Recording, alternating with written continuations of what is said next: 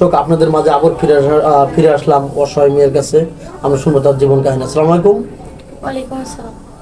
পিচ্চা আপু, তুমি কেমন আছো? ভালো আছি, আপনারা ভালো আছেন? আল্লাহ তাআলা খুব ভালো রাখছে। যাই হোক, আজকে মনটা হাসি খুশি।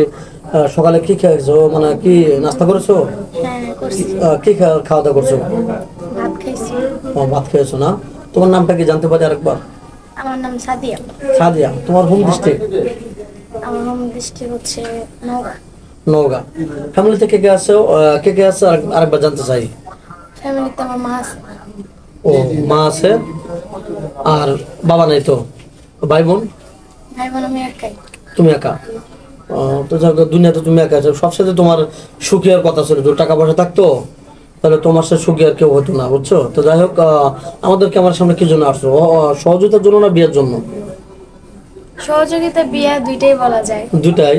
মানে কেউ যদি তোমাকে ভালোবেসে পড়াশোনার খরচের টাকা দিত তাহলে পড়াশোনা করতে নাকি?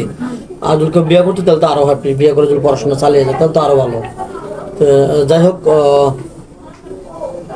কি আর বলবো, তুমি কি স্কুলে বা কোনো মার্কেটে বা কোথাও বিয়ে খেতে গেছো, এরকম সিচুয়েশনে কেউ তোমাকে প্রেম করতে বা বিয়ে করতে চাইছে, এরকম ভালোবাসা প্রস্তাব করতেছে? হ্যাঁ, একদিন বিয়ে খেতে গেছিলাম। হ্যাঁ। তো ওই জায়গায় একটা ছেলে আমাকে অনেক পছন্দ করছিল।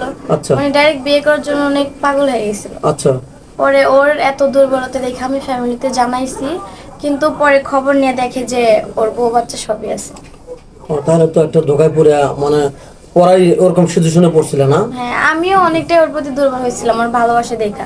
কিন্তু পরে খবর নিয়ে তো মনটা ভেঙে গেছে। এখনকার যুগে ভালোবাসার কোনো দাম নাই, সবাই প্রতারণা করে। বুঝতে পারছি যে তুমি কখনো ভালোবাসোনি, কিন্তু ছেলেটা তোমার পিছে ঘুরে নিয়ে তোমার একটু মনটা দুর্বল হয়েছিল নাকি তার প্রতি? পরে ফ্যামিলিকে জানাচ্ছো, ফ্যামিলি যা দেখেছে তার ওয়াইফও আছে, তার বাচ্চাও আছে। হ্যাঁ। তো অল্প থেকে তোমার কপালটা ভালো বেঁচে গেছো, কারণ না হলে প্রতারণা খপ্পরে পড়ে গেছিল প্রায়। তো যাই হোক, এখন তুমি কি চাচ্ছ? মানে কোনো বিবাহিত ভাই যদি তোমাকে বিয়ে করতে চায় ভালোবেসে, দুইটা ওয়াইফকে সে খুশি রাখতে পারবে, এরকম অ্যাবিলিটি তার আছে, টাকা পয়সা আছে, তোমার কি আপত্তি আছে? না, আমার কোনো আপত্তি নাই। আমি কোনো ভালোবাসা করতে চাই না, ডাইরেক্ট বিয়ে করতে চাই।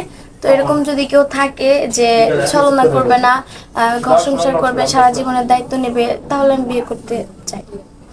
ও আচ্ছা, বুঝতে পারছি। ও আচ্ছা, যাই হোক, তোমাকে প্রবাসী কোনো ভাই বিয়ে করে বাংলাদেশে রেখে গেল, তার একটা ছোট ভাই আছে, তোমার যেমন তোমার বয়সে হবে, মেচুর হবে, সে 3 বছর পরে আসবে, তার সাথে কি পরকে লিপ্ত হবে তার, তোমার দেওয়ার সাথে? না না, কখনোই না। এরকম করবে না তো? যদি সে তোমাকে বলে ভাবি ভাইয়া তো আসবে না, একটা দুর্বলতার সুযোগ নিল, তখন কি তুমি তোমার শ্বশুর শাশুড়ি বলে দিবে, নাকি দুর্বলতার সুযোগটা তুমি কাজে লাগাবে, কোনটা? অবশ্যই বলে দেব। আর আমার স্বামীকেও বলবো ওকে যেন আমার থেকে দূরে রাখে। ও আচ্ছা, তোমার কি ফোন আছে? না, আমার ফোন নেই। তোমার ফোন নেই?